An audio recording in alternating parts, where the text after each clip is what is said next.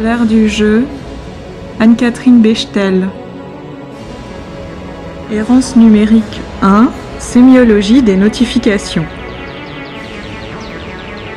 Si j'ai choisi de vous parler aujourd'hui des notifications, c'est que ce fond sonore nous poursuit tous dès que nous allumons nos smartphones. Tous les jours, vous avez droit au feuilleton individualisé de votre vie numérique, avec des bruits spécifiques, des vibrations ou le clignotement de la petite lumière d'alerte de votre portable.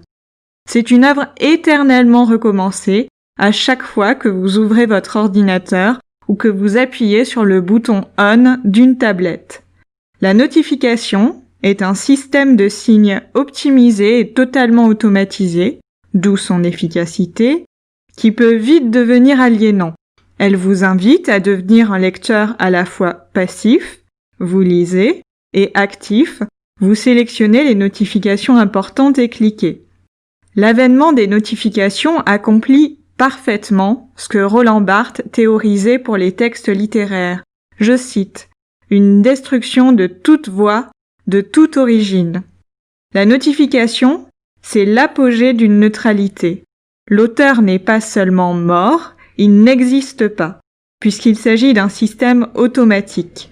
Et l'œuvre produite, qui s'autodétruit progressivement, est centrée sur l'individu et adaptée à chaque lecteur et à sa vie numérique. C'est vous qui décidez de donner du sens aux notifications et du pouvoir sur vos vies. Mais le rapport de pouvoir est inégal. Votre pouvoir, vous avez toujours l'alternative entre lire la notification et la bloquer ou mettre votre téléphone en mode avion. Leur pouvoir à elles, la diversité des alertes. Elles sont à la fois des bruits, des vibrations, des clignotements visuels, des logos de réseau. Vous ne pouvez pas échapper à ce langage total qui a un net avantage sur celui rêvé par Wagner dans l'opéra, la brièveté. Leur pouvoir provient aussi de leur caractère toujours fragmentaire, inaccompli et instantané. Généralement, une notification appelle une action. L'action minimale étant le clic ou le scroll. C'est ce que Jacobson aurait appelé la fonction conative. Nous sommes acteurs et nous avons horreur du vide, de l'information incomplète, alors nous faisons preuve d'une quête enthousiaste de savoir ou de curiosité, en cliquant, pour obtenir un contenu plus exhaustif que la notification. Voire nous cherchons à répondre. Nous nous sentons puissants, alors même que c'est la notification qui nous a menés par le bout du clic et que nous aurions aussi pu choisir de ne pas y prêter attention. Les notifications conquièrent aussi le pouvoir par leurs effets sur nos humeurs. Tout en conservant une neutralité liée à leur automatisation, elles en appellent généralement à notre lecture émotionnelle. C'est pour cette raison que j'ai parfois l'impression qu'elles s'injectent en intraveineuse et constituent des fragments intimes. De fait, certaines notifications sont des étincelles de bonheur dans la morosité ou l'ennui quotidien. Et peu de gens aiment l'ennui.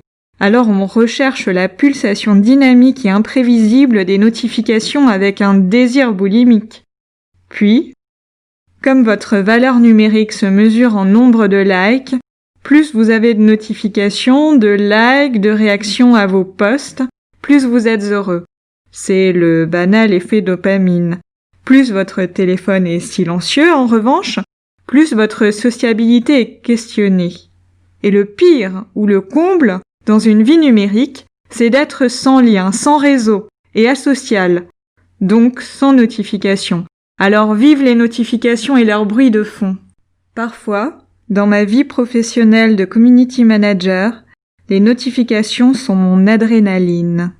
Je ressens entièrement la puissance de réactivité des réseaux sociaux. Je sais qu'à cet instant, grâce à cette notification empoisonnée, j'ai été la plus rapide à sentir ce flux et son impact, à savoir qu'il faut, maintenant, malgré le repas à terminer, la fatigue accumulée, publier, afin que d'autres soient notifiés.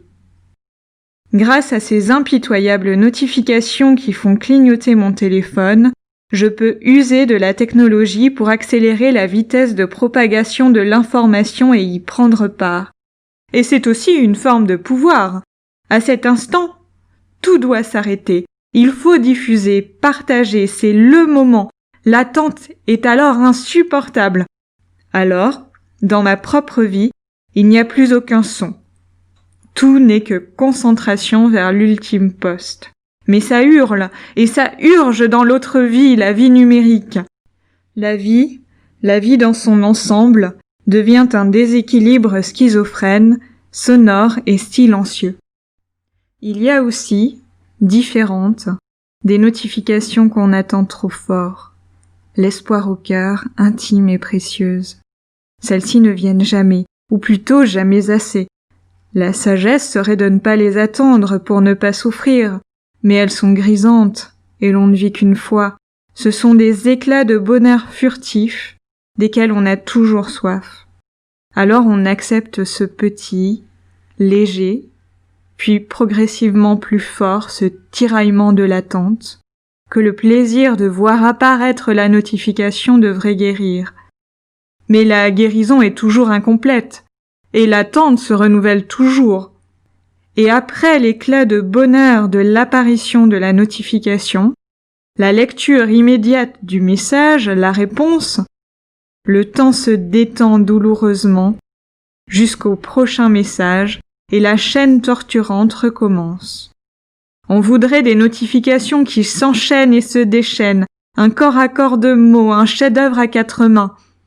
Mais ce n'est jamais assez parfait, assez rapide pour ne pas vous faire sentir la peur panique de l'abandon, du silence et de la méchante indifférence qui guette toujours, car après tout, l'autre est libre.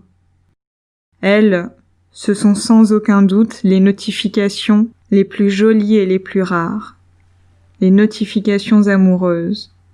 Elles ont ça en commun avec les notifications amicales, de nous faire penser l'espace d'un instant qu'on est l'essentiel d'un autre. En amitié aussi, on attend et on se sent essentiel, mais on donne et on construit plus gratuitement dans l'amitié.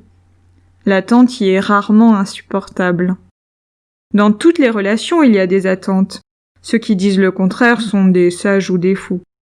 En amour, la différence, c'est qu'on n'y est jamais repu. Et on espère toujours la prochaine notification, le prochain coup d'éclat. Il y a encore les notifications qui sont inutiles, ce brouillard marketing des notifications à la fonction fatigue. Elles maintiennent un lien aliénant avec nos vies numériques. Elles nous rappellent simplement qu'il y a du nouveau contenu d'un ami sur tel réseau, que notre publication génère 75% plus d'intérêt qu'une autre, et qu'il serait donc bien de publier encore. Leur intérêt ? Aucun, sinon celui de la dopamine, de nous brosser dans le sens du poil, toujours positif, et d'éveiller la tentation, le désir de continuer à passer une part de notre temps dans ces parcelles virtuelles et d'y produire du nouveau contenu.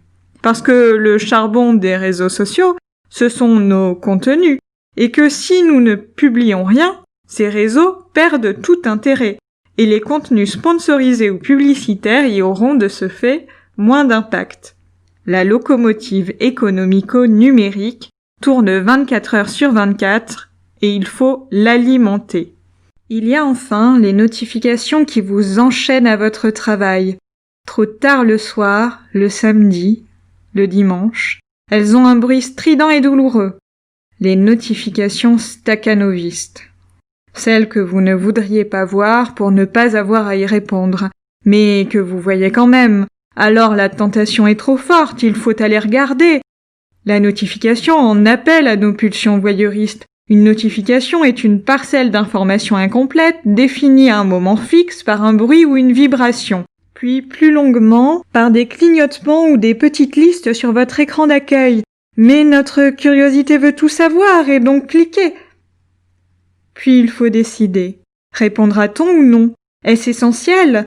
Et après ce débat d'une tempête sous un crâne, cette sensation d'être happé dans la virtualité, revenir enfin à la vie.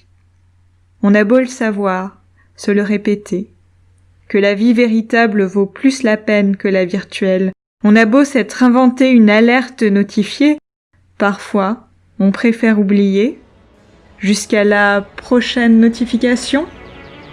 Et que vous soyez notifié ou non, rendez-vous lundi prochain pour évoquer un sujet d'actualité, l'étouffement ou le trop-plein numérique.